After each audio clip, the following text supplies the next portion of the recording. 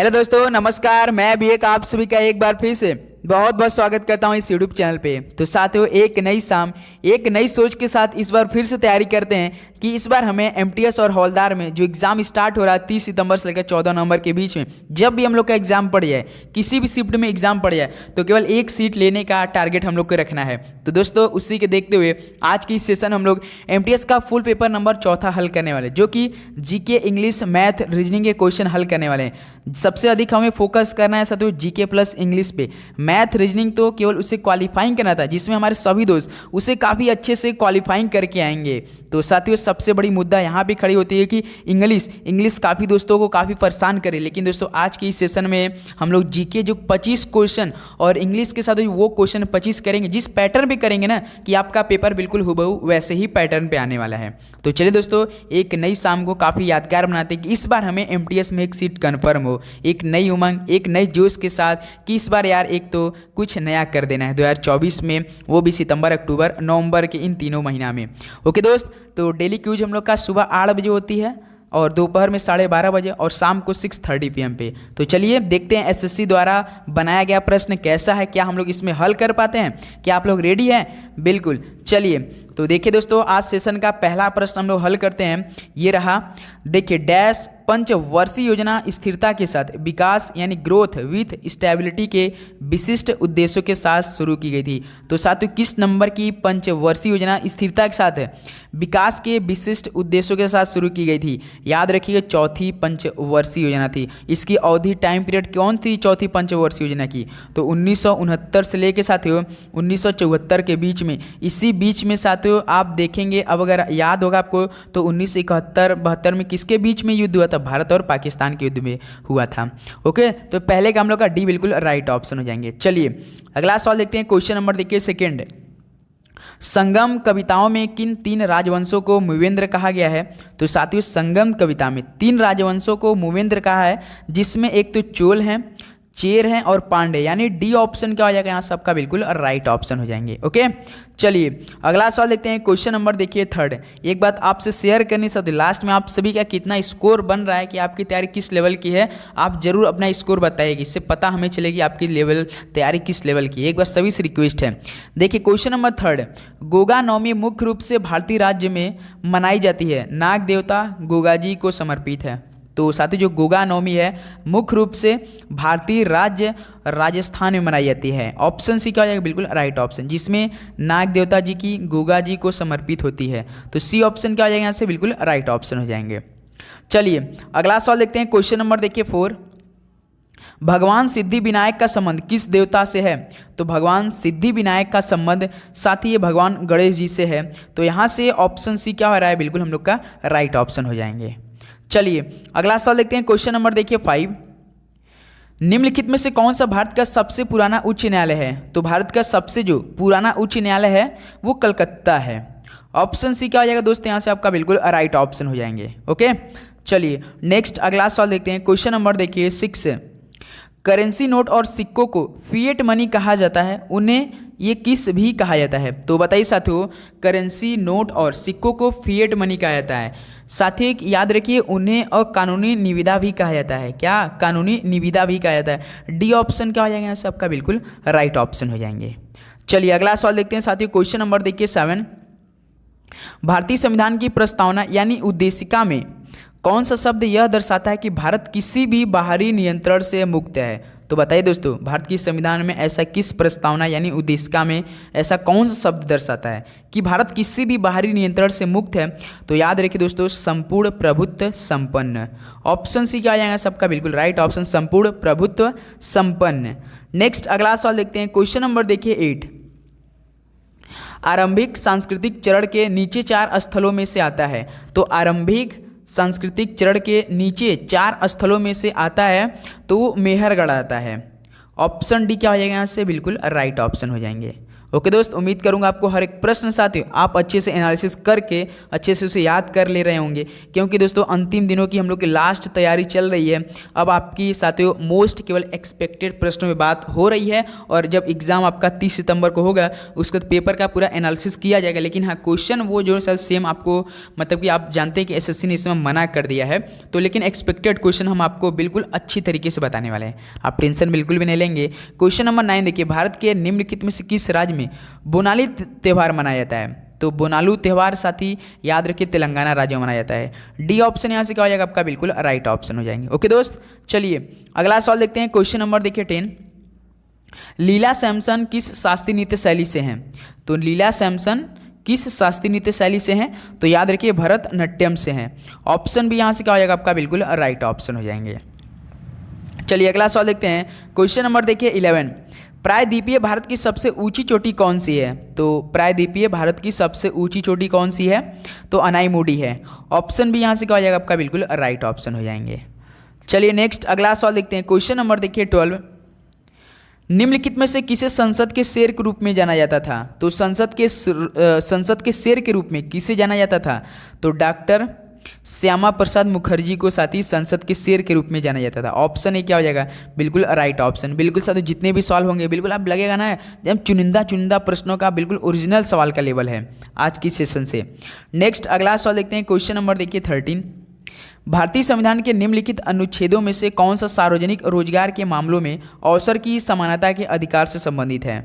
तो साथ ही जो भारतीय संविधान के अनुच्छेदों में से कौन सा सार्वजनिक रोजगार के मामलों में अवसर की समानता के अधिकार से संबंधित है? तो दोस्त आपका अनुच्छेद 16 है, आर्टिकल नंबर 16 साथी आपका डी क्या हो जाएगा, बिल्कुल यहाँ से राइट ऑप्शन हो जाएंगे। चलिए अगला सवाल देखते हैं। क्वेश्चन नंबर देखिए 14, उस व्यक्ति का नाम बताइए जो भारत के एकमात्र भारतीय गवर्नर जनरल बने।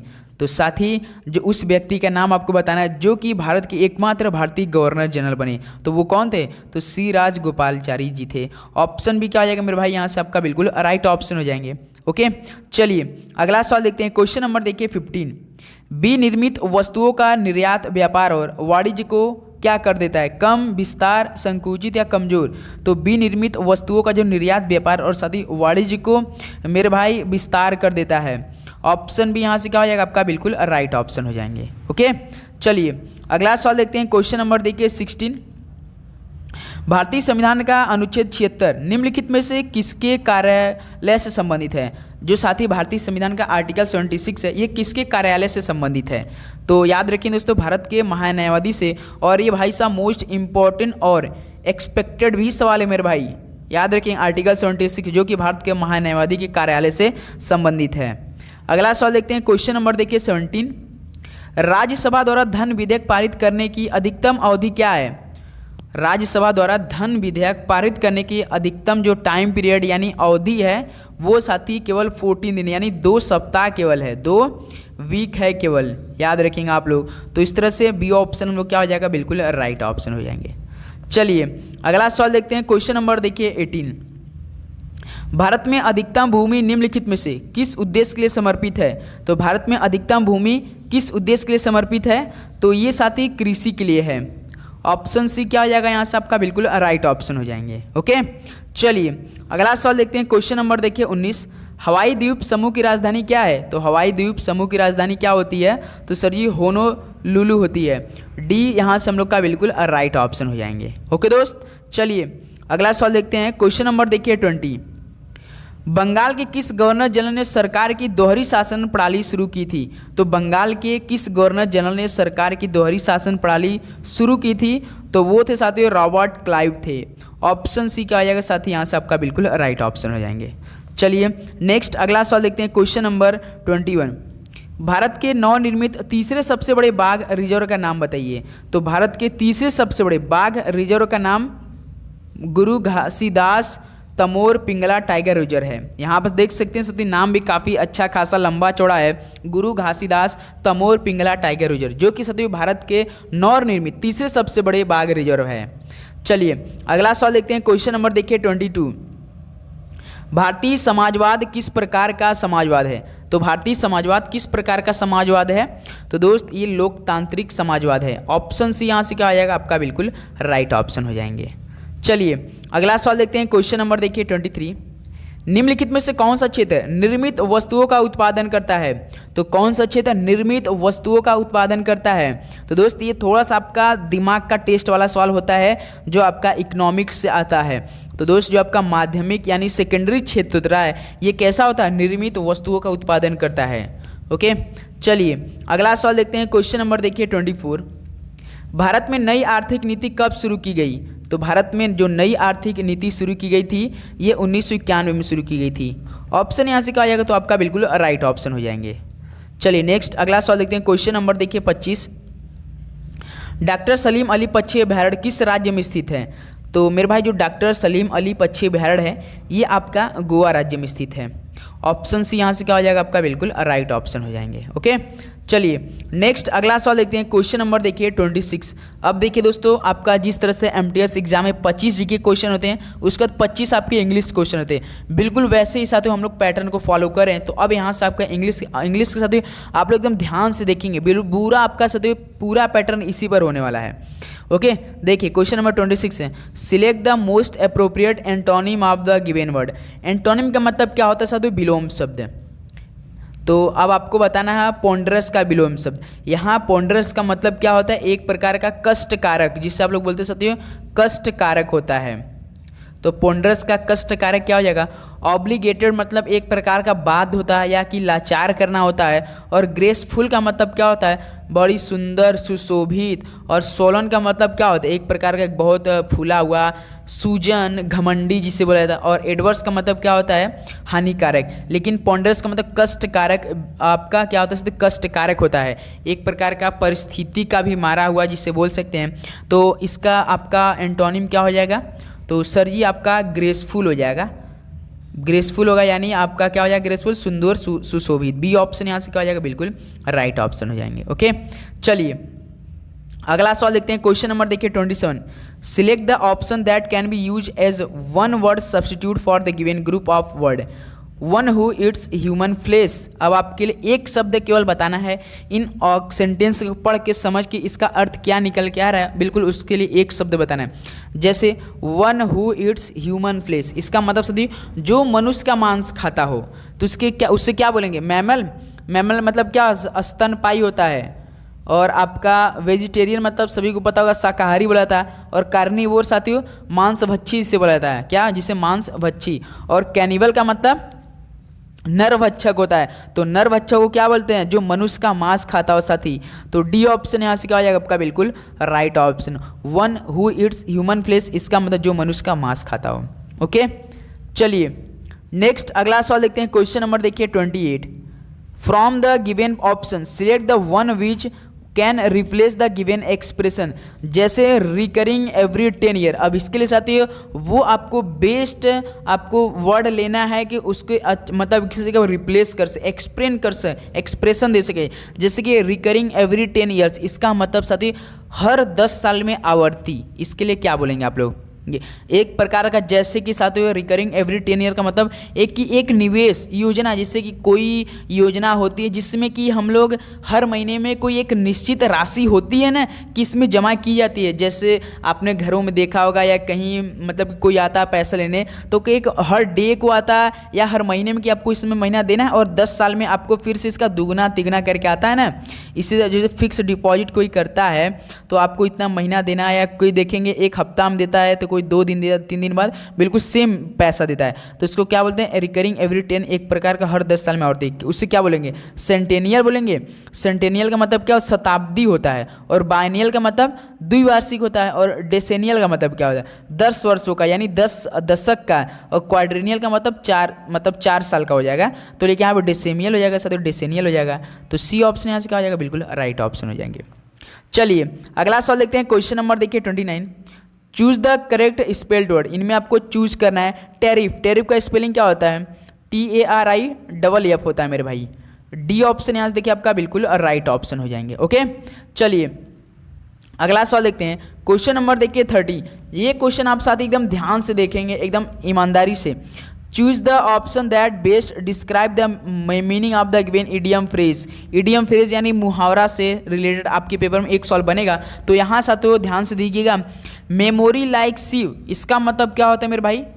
जैसे मेमोरी लाइक सीव, इसका मतलब छलनी की तरह स्मृति, यानी बहुत जल्दी भूलना, जिसे हम लोग बहुत कोई याद रहता है जल्दी भूल जाते हैं। तो उसके लिए क्या हो जाएगा इसका मुहावरा? क्या विंग हेल्थी, स्वस्थ होना, कि पुअर मेमोरी हो जाएगा? बताइए। कमजोर याददाश्त, यदि हम लोग कमजोर याददाश्त होगा तभी तो हम लोग बहुत ही जल्दी भूल जाते हैं। तो बी ऑप्शन हम लोग क्या हो जाएगा? Right option. और फीलिंग इल का मतलब क्या होता है? बीमारी महसूस करना, जैसे कि या बीमारी महसूस कर रहे हैं, या रिमेंबरिंग एवरीथिंग, क्या सब कुछ याद आ रहा है? बिल्कुल नहीं। जब हम लोग का मेमोरी लाइक सीव है तो बहुत जल्दी हम लोग भूल जा रहे हैं, तो क्या हम लोग को सब कुछ याद आएगा? बिल्कुल नहीं। तो इस तरह से बी ऑप्शन पुअर मेमोरी हम लोग का बिल्कुल राइट ऑप्शन हो जाएगा। चलिए नेक्स्ट अगला सवाल देखते हैं। क्वेश्चन नंबर देखिए 31, फिल इन द ब्लैंक्स, एकदम ध्यान से देखेंगे। Does parliament derive this power, इसका मतलब क्या हो जाएगा? पहले इस समझिए, क्या संसद के पास यह शक्ति प्राप्त है? क्या संसद को यह शक्ति प्राप्त है? व्हाट क्या? डस, व्हाट डज, बिल्कुल पहला तो रॉन्ग हो जाएगा। हिटर मतलब क्या? इधर, यहाँ। विच, कौन सा पार्लियामेंट को, कौन सा संसद को यह शक्ति प्रदान है, प्राप्त है? बिल्कुल रॉन्ग। वेंस हो जाएगा। क्या हो जाएगा? वेंस, जैसे कि किसी स्थान से या कहीं से कुछ संसद लिया जाता है ना, किसी देश से संविधान से उधार जैसे लिया जाता है, तो उसको क्या बोलेंगे? वेंस बोलेंगे। Whence does parliament drive this power होता है साथी। डी ऑप्शन यहाँ से क्या हो जाएगा आपका? बिल्कुल राइट ऑप्शन। वेंस का मतलब आप बोल सकते हैं किसी स्थान से, कहाँ से, जहाँ से, इस तरह बोला जाता है। ओके दोस्त, डी ऑप्शन क्या हो जाएगा आपका? बिल्कुल राइट ऑप्शन हो जाएंगे। चलिए अगला सवाल देखते हैं। क्वेश्चन नंबर देखिए 32, identify correct spelling from the following. अब कोनोजियर का स्पेलिंग राइट आपको बताना है। इसके माने क्या होता है? जैसे आप देखें चारों कोनोजियर है, इसका मतलब होता है तो विशेषज्ञ। अब विशेषज्ञ का आपको ऑप्शन एकदम बिल्कुल सटीक देना और बिल्कुल करेक्ट स्पेलिंग के साथ बताना है। जैसे कि आप विशेषज्ञ बोलते हैं, गुणज्ञ बोलते हैं, तो कोनोजियर का स्पेलिंग राइट क्या होता है? देखिए, CONOISSEUR होता है कोनोजियर। तो देखिए कोनोजियर option A wrong, option C बीच में दिया है कोनोजियर। ऑप्शन देखिए CONNOISSEU, बिल्कुल सही। डी ऑप्शन, जिसे आप लोग कोनोजियर बोलेंगे विशेषज्ञ, डी ऑप्शन यहाँ से क्या हो जाएगा? बिल्कुल राइट ऑप्शन हो जाएंगे। चलिए दोस्त अगला सवाल देखते हैं। क्वेश्चन नंबर देखिए 33, he broke at the middle of which, he broke of at the middle of which, इसका मतलब दोस्त एक प्रकार इस सेंटेंस क्या शो कर रहा है? जैसे कि अबाउट किसी के, जैसे आप बोलते हैं ना इंटरप्टिंग और एब्रटरिंग एंडिंग देयर स्पीच, इसका मतलब क्या दोस्त? जैसे कि बीच बचाव करने वाले अचानक क्या कर दें, अपने भाषण समाप्त कर देते हैं ना, तो उसको क्या बोलते हैं? He broke of. ऑफ हो जाएगा कि विथ होगा? बताइए। या अपार्ट, अपार्ट इन तो नहीं होगा मेरे भाई। ही ब्रोक इन एट, बिल्कुल रॉन्ग हो जाएगा। ही ब्रोक ऑफ या विथ होगा? ही ब्रोक ऑफ हो जाएगा साथी। ऑप्शन ए यहाँ से क्या हो जाएगा आपका? बिल्कुल राइट ऑप्शन हो जाएंगे। चलिए अगला सवाल देखते हैं। क्वेश्चन नंबर देखिए 34, select the miss spelled word. इनमें से आपको हमने सब डेली क्लास में बताते हैं, यदि मिस स्पेल्ड या आपका करेक्टली स्पेलिंग या मिस स्पेल हो तो केवल उसमें एक एक वर्ड को देखना है, केवल एक वर्ड से ही मिस्टेक रहता है। यदि ए है तो उसकी जगह ई देता है, ई की जगह ए ऐसे करके देता है। जैसे देखिए कोलैबोरेटली का मतलब क्या होता है? बिल्कुल सही है। और उसके बाद मेरे भाई एक्सेलरेट का स्पेलिंग चेक कीजिए। एक्सेलरेट का स्पेलिंग क्या होता है? जिससे आप लोग गति बढ़ा देते हैं, एक्सेलरेट दे देते हैं, तो क्या होता है स्पेलिंग? ECEL, ई होता है RAT। देखिए यहाँ पे क्या दिया है दोस्त? ए दे रखा है, यहाँ पे बीच में देखिए ए दे रहा है, लेकिन यहाँ पे क्या होता है? बीच में ई होता है साथी। ध्यान नहीं, केवल हमने बताया ना केवल एक वर्ड से वो मात खा सकते हैं आप लोग, तो इसलिए ध्यान से एकदम बी ऑप्शन क्या हो जाएगा? बिल्कुल राइट ऑप्शन, जो कि मिस स्पेलक एक्सेलरेट में। चलिए अगला सवाल देखते हैं। क्वेश्चन नंबर देखिए 35, choose the wrongly spell word from the following. अब यहाँ से आपको चूज रॉन्गली स्पेलिंग वाला वर्ड बताना है। जैसे पार्लियामेंट, बिल्कुल पार्लियामेंट क्या हो जाएगा? बता सकते हैं आप लोग? सही है। उसके बाद मेरे भाई वुलेन, उन्नी, बिल्कुल बिगिनिंग शुरुआत। सेक्रेटेरिएट, अब सेक्रेटेरिएट का मतलब एक प्रकार का आप कह सकते हैं साथी कि जैसे कि कोई which means permanent administrative office, जैसे कोई परमानेंट एडमिनिस्ट्रेटिव ऑफिस होता है। और डिपार्टमेंट साथियों आपका स्पेशली गवर्नमेंट का वन, जैसे कि डिपार्टमेंट का स्पेशली कोई गवर्नमेंट का कोई स्पेशली क्या होता है? डिपार्टमेंट होता है ना, तो उसको क्या बोलेंगे साथियों? सेक्रेटेरिएट बोला जाता है। तो इसका राइट स्पेलिंग क्या होता है मेरे भाई? आपको पता होना चाहिए। SECRETARIAT होता है मेरे भाई, SECRETARAT क्या होता है मेरे भाई, TR होता है, साथ ही TARIAT होता है केवल, बिल्कुल ये होता है, ई नहीं होता। देखिए तो इसमें ई लगा है भाई, हम भी कंफ्यूज हो जा रहे हैं। डी ऑप्शन यहाँ से क्या हो जाएगा आपका, बिल्कुल राइट ऑप्शन हो जाएगा। याद रखिए लास्ट में ई नहीं रहता है मेरे भाई। ओके चलिए नेक्स्ट अगला सवाल देखते हैं। क्वेश्चन नंबर आपका देखिए 36। Improve the underlined part of the sentence. Choose no improvement as an answer if the sentence is grammatically error. अब आपको इसमें साथियों ग्रामेटिकली एरर बताना है अंडरलाइन। जैसे देखिए John prefer to not attend the meeting day.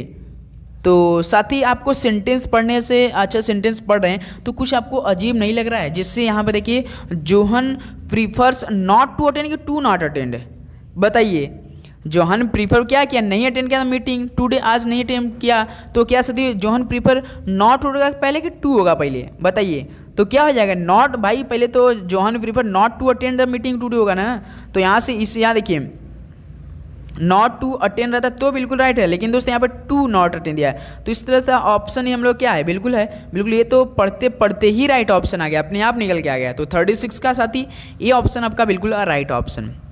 Okay चलिए अगला सवाल देखते हैं। क्वेश्चन नंबर देखिए 37।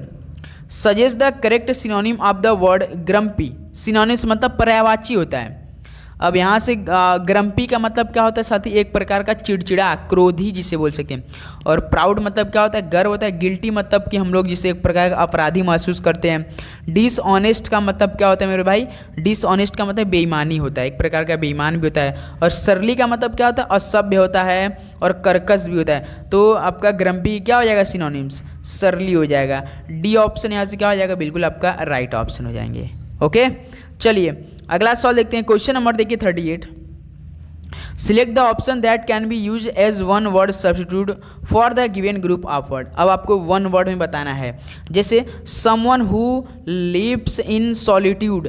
अब यहाँ से आपको दोस्तों आपने क्या पढ़ा, सॉलिटरी रीपर, अकेला बंदा। जैसा कि कोई व्यक्ति जो एकांत में रहता हो, उसके लिए एक शब्द, जो कोई व्यक्ति एकांत में रहता है तो उसके लिए क्या बोलेंगे, मेट्रोपॉलिटन बोलेंगे, उससे महानगर बोलेंगे कि कॉस्मोपॉलिटन मतलब विश्ववादी बोलेंगे, बोल दिए बताइए, विश्ववादी या रिक्लूज बोलेंगे या वैरागी आप लोग बोलेंगे, वैरागी बोल सकते हैं जो व्यक्ति एकांत में रहता है। और रिफ्यूजी मतलब क्या होता है, शरणार्थी होता है, बिल्कुल सही, रिक्लूज हो सकता है मेरा, जिसे हम लोग बैरागी बोलते हैं ना, कि कोई व्यक्ति अकेले होता है, अकेले इधर उधर मतलब दूसरों घर जाके खाना वाना मांग के जो खाता है उसे क्या बोलते हैं, बैरागी, जो व्यक्ति एकांत में रहता हो। चलिए अगला सवाल देखते हैं। क्वेश्चन नंबर देखिए 39। फेयरली एंड स्क्वायरली ईडियम फ्रेज बताना आपका है। तो साथ ही फेयरली एंड स्क्वायर का मतलब निष्पक्ष और स्पष्ट रूप से, निष्पक्ष और एकदम स्पष्ट रूप से। तो इसका मतलब क्या हो जाएगा, सडनली मतलब अचानक कोई होता है कोई काम, रिगोर्सली मतलब कड़ाई से होता है, होली मतलब कि पूर्ण हो जिसे बोलते हैं, और आपका ऑनेस्टली मतलब ईमानदारी से, ऑनेस्टी मतलब ईमानदारी से। तो निष्पक्ष और स्पष्ट रूप से कौन दे सकता है, ऑनेस्टी दे सकता है। डी ऑप्शन क्या हो जाएगा यहाँ सबका बिल्कुल राइट ऑप्शन हो जाएंगे। चलिए अगला सवाल देखते हैं। देखिए question number 40। Select the most appropriate meaning of the given idiom. Step up to the plate, इसका मतलब आप किसी को बोल सकते हैं साथियों, किसी स्थिति पर नियंत्रणता रखना है, किसी भी स्थिति पर नियंत्रणता रखना है या अवसर के अनुरूप कार्य करना है। जो भी अवसर मिल जाए उसके अनुरूप बिल्कुल हम लोग काम करें। तो उसके लिए क्या हो जाएगा, थिंक अबाउट द क्राइसिस, बिल्कुल हम plan for better performance, implement a plan, take control of a situation होगा मेरे भाई, take control of a situation. तो यहाँ से डी ऑप्शन क्या हो जाएगा, बिल्कुल राइट ऑप्शन हो जाएंगे। ओके चलिए अगला सवाल देखते हैं। क्वेश्चन नंबर देखिए 41। एक ट्रेन 72 किलोमीटर प्रति घंटे की चाल से चलती है, 15 सेकंड में इसके द्वारा तय की गई कुल दूरी कितनी होगी। तो साथियों दूरी बराबर क्या होता है, चाल इंटू समय होता है। दूरी बराबर क्या होता है, डी बराबर क्या होता है, स्पीड इंटू टाइम होता है मेरे भाई।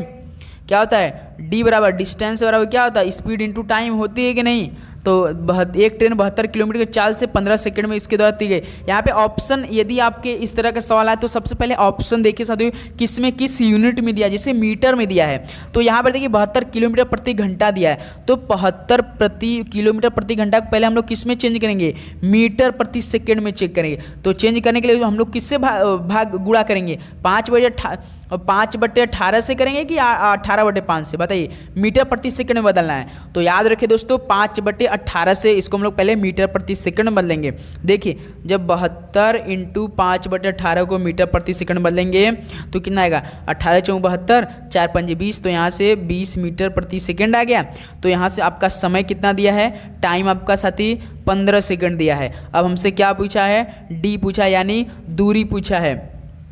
दूरी बराबर कितना हो जाएगा, चाल इंटू समय यानी स्पीड इंटू टाइम। स्पीड आपका 20 दे रखा है, टाइम आपका 15, तो 15 दूना 300, 15 दूना 30, तो 3 एक जीरो बढ़ जाएगा। तो क्या दूरी इसकी जो कुल तय की गई दूरी कितनी है, 300 मीटर है मेरे भाई। तो क्या ऑप्शन दे रखा है, देखिए 41B। अगर यदि आपको इस तरह सवाल मिल जाए तो 72 किलोमीटर प्रति घंटा और आपको यूनिट देखना है किस में दिया, तो सबसे पहले इसको कन्वर्ट कीजिए। दूरी का फॉर्मूला D बराबर S इंटू T, यानी आपका दूरी बराबर क्या होगा, चाल इंटू समय होता है। ओके दोस्त, उम्मीद करूंगा आप लोग ये काफ़ी अच्छे समझे होंगे। नेक्स्ट अगला सवाल देखते हैं। क्वेश्चन नंबर देखिए 42। सबसे बड़ी संख्या ज्ञात करें जो 1800 से छोटी हो और 6, 12, 18 से विभाजित हो सके। यदि साथियों आपसे सबसे बड़ी संख्या पूछे और बाद में जो 1800 से छोटी हो और 6, 12, 18 से विभाजित हो सके, तो तुरंत साथियों जो आपका 6, 12, 18 इसका एलसीएम निकाल लीजिए।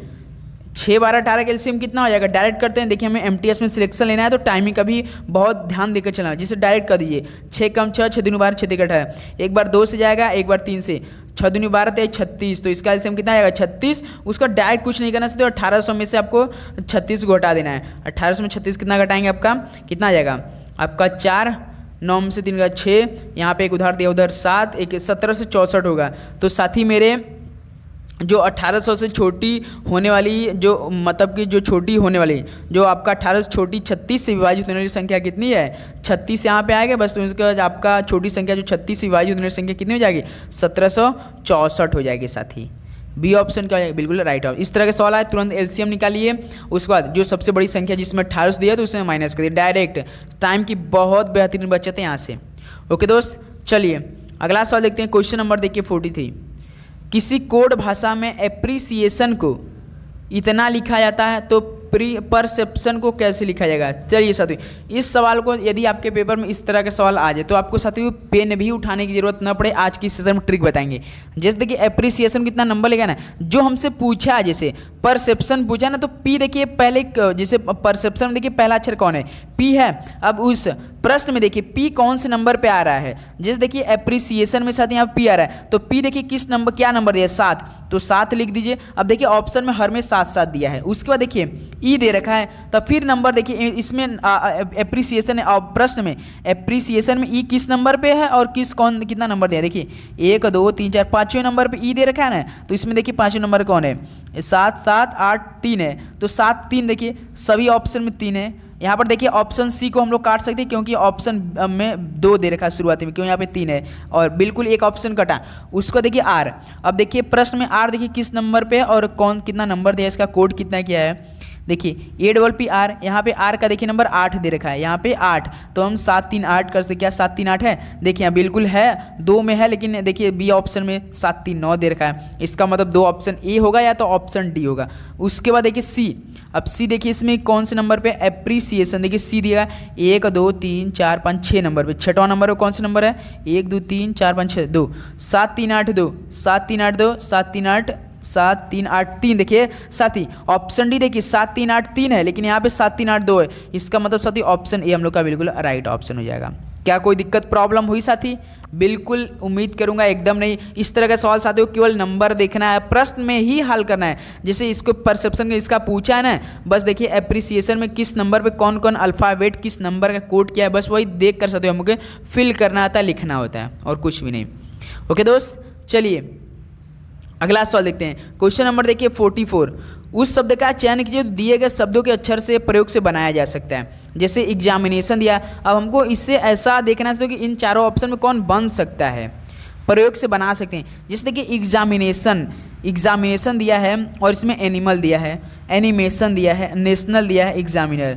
तो दोस्तों आप ऐसे यदि इस तरह के सवाल आए तो हमारे तरफ से पढ़िएगा। जैसे दोस्तों जैसे कि हमने एग्जामिनेशन पढ़ा और एनिमल पढ़ा, क्या एग्जामिनेशन में यल आ रहा है क्या?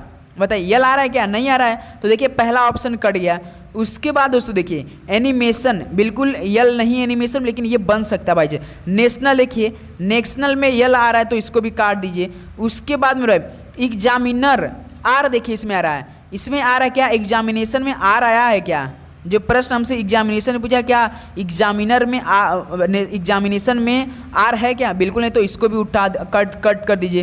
तो हम लोग का कौन बचा है? केवल ऑप्शन बी बचा। भाई साहब आपको हम बता दें, आपको मुंह जवानी भी आंसर है कि आपको पढ़ना है ऑप्शन को, देखिए क्या बन सकता है। तो इस तरह से 44 का बी ऑप्शन में क्या आ जाएगा? बिल्कुल राइट ऑप्शन हो जाएंगे। ओके दोस्त, चलिए अगला सवाल देखते हैं। क्वेश्चन नंबर आपका देखिए 45 क्या दिया है? 117 से 121 से 117, उसके बाद 108, 92, 67। अब ये थोड़ा सा आपको दिमाग लगाना पड़ेगा साथी। चलिए दिमाग लगाइए मेरे भाई सभी लोग, क्या हो जाएगी सॉल्व का राइट ऑप्शन? देखिए जैसे 121 से कितना बनाया है? 117, उसके बाद 108 बनाया है, उसके बाद 92 बनाया है, उसके बाद 67 बनाया है। कैसे बनाया होगा? जैसे देखिए 121 से हम लोग 17 कैसे जाएंगे? तो सर जी -4 किया है। उसके बाद 117 से 108 कैसे जाएंगे साथियों? -9 किया है। उसके बाद 108 से 92 कैसे जाएंगे? आपका 8 इधर हो गया, 92 8, 100 16 8, यानी आपका साथी 16 हो गया, यहाँ -16 किया है। उसके बाद 92 से 67 कितना जाएंगे साथी? 92 67 में ऐसा क्या जोड़े कि 92 आ जाए? तो 67 और 23 आपका 90, 90 2 25, यहाँ पे -25 का देख सकते साथियों। ये 2 का स्क्वायर, ये 3 का स्क्वायर, ये 4 का स्क्वायर, ये 5 का स्क्वायर। अब इसका मतलब हमें सीरीज में क्या बढ़ानी चाहिए? क्या हम लोग 6 का स्क्वायर कर सकते हैं? क्या हम लोग इसमें 36 का घटा सकते हैं? यदि हम लोग 67 में 36 घटाएंगे तो कितना आएगा? 31 आ जाएगा कि नहीं? बताइए। तो देखिए ऑप्शन बी हो जाएगा बिल्कुल राइट ऑप्शन। क्या आप लोग इस तरह का सवाल समझे कि नहीं? एक बार आप लोग प्लीज़ हमें कंफर्म ज़रूर कीजिएगा साथी। क्या आप लोग इस तरह का सवाल समझे? क्या क्या -2 का स्क्वायर, -3 का स्क्वायर, -4 का स्क्वायर, -5 का स्क्वायर। तो इसी तरह हम लोग -6 का स्क्वायर 36, तो 67 में से हम लोग यदि 36 को घटाएंगे तो हम लोग कितना आएगा? 31 आ जाएगा। तो इस तरह से बी ऑप्शन दे रखा है। ओके दोस्त, चलिए अगला सवाल देखते हैं। क्वेश्चन नंबर देखिए 46। यदि बिल्ली को कुत्ता कहा जाता है, कुत्ते को बकरी कहा जाता है, बकरी को घोड़ा कहा जाता है, घोड़े को शेर कहा जाता है, शेर को मुर्गी कहा जाता है, तो इनमें से कौन पालतू जानवर नहीं है? तो सबसे पहले आपको इसमें देखना है कि पालतू जानवर हम लोग कौन कौन पाल सकते हैं। देखिए दोस्तों, बिल्ली को हम लोग मतलब कि पाल सकते हैं, कुत्ता को पाल सकते हैं, कुत्ता पाल सकते हैं, बकरी पाल सकते हैं, बकरी, घोड़ा को पाल सकते हैं, घोड़ा को शेर नहीं पाल सकते। लेकिन साथियों इसमें क्या कहा? इनमें से कौन पालतू जानवर नहीं है? तो साथियों शेर तो पालतू जानवर नहीं होता है ना, लेकिन प्रश्न में शेर को क्या कहा गया है? शेर को यहाँ पे मुर्गी कहा जाता है। तो यानी शेर को मुर्गी, यानी हम लोग पालतू जानवर शेर को नहीं माने, क्योंकि शेर पालतू जानवर शेर नहीं होते मेरे भाई।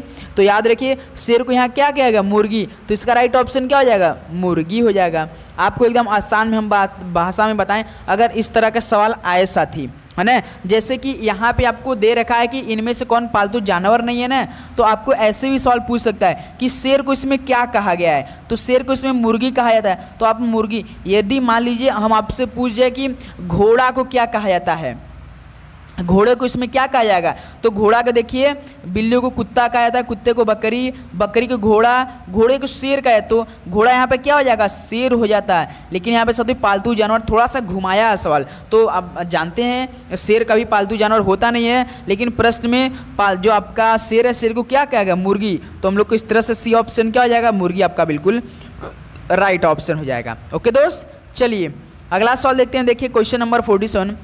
प्रश्न में 4 शब्द दिए गए हैं जिनमें से 3 किसी तरह से समान है और एक अलग है, विषम को चुनिए। तो मेरे भाई इन ऑप्शन में से 3 किसी तरह तो बिल्कुल सेम है, लेकिन उनमें से एक विषम, उसको चुनिए। जैसे देखिए एशिया, कनाडा, यूरोप, अफ्रीका। बताइए क्या हो जाएगा? आप 4 ऑप्शन पढ़ेंगे, यदि आपका जीके थोड़ा सा भी मजबूत होगा ना, तुरंत आप निकाल सकते हैं। जैसे एशिया, यूरोप, अफ्रीका, ये सब क्या है? एक प्रकार का महाद्वीप है। आपका कनाडा कैसा है? कनाडा एक देश होता है मेरे भाई। ऑप्शन भी यहाँ से क्या हो जाएगा? बिल्कुल राइट ऑप्शन, जो कि विषम है। एशिया, यूरोप, अफ्रीका ये सब महाद्वीप है, लेकिन कनाडा एक देश है साथी। ओके, चलिए अगला सवाल देखते हैं। क्वेश्चन नंबर देखिए 48। संख्याओं के संयोजन का चयन कीजिए ताकि तदनुसार व्यवस्थित किए गए अक्षरों से एक सार्थक अंग्रेजी शब्द बन जाए। जैसे रिक सिटी, अब आपके साथ उसको बनाना सही संयोजन में बैठाना है कि पहले रिक सिटी को हम लोग क्या लिख सके कि बिल्कुल सही बन जाए। बताइए क्या बना सकते हम लोग? रिक्की या सिक्री, कृषि, ट्रिकी। भाई देखिए ट्रिकी बन सकता है। जैसे देखिए ट्रिका की स्पेलिंग क्या होता है? TRICKY। अब साथियों इसको आपको क्या करना है, इसमें नंबरिंग करना है। जैसे टी देखिए यहाँ पे 6 नंबर पे, तो टी की जगह 6 नंबर लिखिए। उसके बाद आर देखिए प्रश्न में आपका 1 दिया तो 6 के साथ हमने 1 लिख दीजिए। उसके बाद ट्रिकी में आई आया है तो आई किस नंबर पे? 2 है तो आई के सामने 2 लिख देते हैं। उसके बाद सी देखिए, सी 5 यहाँ पर कोड किया है तो हम लोग यहाँ पे 5 लिख दे। के, उसके बाद के आपका 3 नंबर यहाँ पे प्रश्न में देख सकते हैं, और वाई देखिए आपका 4 नंबर पे। तो देखिए 6 1 2 5 3 4, क्या ऑप्शन दिया? 6 1 2 5 612 534, ऑप्शन सी देखिए। बिल्कुल, क्या आप लोग समझे साथ में? इस तरह से आपको तरीका मालूम होना चाहिए कि यदि आपको अगर दिमाग में क्लिक किया तो उसको सही संयोजन में बैठा, उसका नंबर भी सही संयोजन करना है। जिस अक्षर पे जो नंबर दिया उसको सही मेल बैठाना है साथी। जैसे देखिए ट्रिकी में हमने टी इसमें 6 दिया तो 6 लिख दिए। आर देखिए इसमें 1 दिया तो आर 1 लिख दिए। उसके बाद आई 2 दिया तो 2 हमने प्रश्न में लिखा। उसके बाद सी देखिए इसमें 5 दिया तो हम लोग 5 लिख दिए। के देखिए इसमें 3 दिखा है तो इसमें 3 लिख दिए। उसके वाई देखिए 4 दिया, इसमें तो हम लोग 4 लिख लिए। ओके दोस्त, चलिए अगला सवाल देखते हैं। क्वेश्चन नंबर देखिए 49। यदि टी का अर्थ भाग है, यू का अर्थ गुणा है, भी का अर्थ प्लस है, डब्ल्यू का अर्थ माइनस, तो निम्नलिखित ज्ञात कीजिए इतना नंबर को। चलिए दोस्त, इस सवाल आप सभी लोगों के लिए आप तुरंत हल करके हमें बताएंगे। जैसे देखिए दोस्तों 85, अब भी देखिए यहाँ पर दिया है। भी का अर्थ क्या दिया? भी का अर्थ प्लस, तो भी की जगह हम लोग अर्थ लिख देते हैं, प्लस लिख देते हैं, प्लस 67। उसका डब्ल्यू का अर्थ क्या दिया? -11। उसके बाद टी का अर्थ क्या था? टी का अर्थ भाग दिया है, भाग आपका 66 हो गया। यू का मान क्या दिया है? यू का अर्थ गुणा दिया है तो यू आपका 216। अब चलिए इसको हल कीजिए। 85 प्लस 67 माइनस 66 भागे 11/6, यहाँ से कितना आ सकता है मेरे भाई? आप हल करेंगे। ऐसे तो हो नहीं सकता, उल्टा तो होगा नहीं क्योंकि रॉन्ग हो जाएगा। हमें तो ऐसे हल करना है। तो 66 का भाग जब 11 में देंगे तो आप सभी जानते कितना आएगा? 0.166 आएगा मेरे भाई, तो 216 आएगा। उसके बाद जब इसको हल करेंगे तो आपका कितना आएगा? 36 आएगा मेरे भाई। अब यहाँ से 85 प्लस 67 को जोड़िए, कितना आएगा? 7 5 12 का 2, 7 5 12 2 3, 8 6 14 1 15, 152 माइनस 36। 152 में से 36 घटाएंगे कितना आएगा? 36 में से 12 में से 6 घटा 6, उसका 14 में से 2 घटा, 14 में से 2 घटा कितना आएगा? सॉरी 14 में से 3 घटेगा ना मेरे भाई, 3 है क्यों ना, 14 में से 3 घटेगा 116। क्या 116 आपका सी बिल्कुल राइट ऑप्शन आ रहा है क्या? एक बार हमें कंफर्म कीजिए। देखिए दोस्तों, जब आप लोग 66 का भाग 11 में देंगे तो 0.166 आएगा। जब लोग इसका मल्टीप्लाई 0.166 का मल्टीप्लाई 216 में करेंगे तो केवल 36 आएगा। तो बॉडमास के नियम क्या कहता है? सबसे पहले प्लस कीजिए, उसके बाद घटा दीजिए। तो हम लोग 85 67 के जोड़े जो कि 152 आया, 152 में से क्या किया? 36 को माइनस की जो कि 116 आया साथी। ओके, चलिए अगला सवाल देखते हैं। क्वेश्चन नंबर देखिए आपका 50। चलिए मेरे भाई इस सवाल को हल कीजिए आप लोग फटाफट तुरंत। दोस्त अब आप लोग बताइए साथी कि आप सभी का इन सेशन में से कितना स्कोर रहा। एक बार आप सभी लोग अपना अपना स्कोर हमें जरूर बताएंगे कि आप सभी का इस सेशन में से कितना स्कोर बना। चलिए दोस्त बताइए। तो चलिए दोस्तों इस सेशन को यहीं पे समाप्त करते हैं। मिलते हैं कल सुबह 8 बजे एक नई बेहतरीन सेशन के साथ। आप सभी को पता होगा डेली हम लोग का सुबह 8 बजे क्लास एकदम लगातार क्लासेस चल रही हैं साथियों।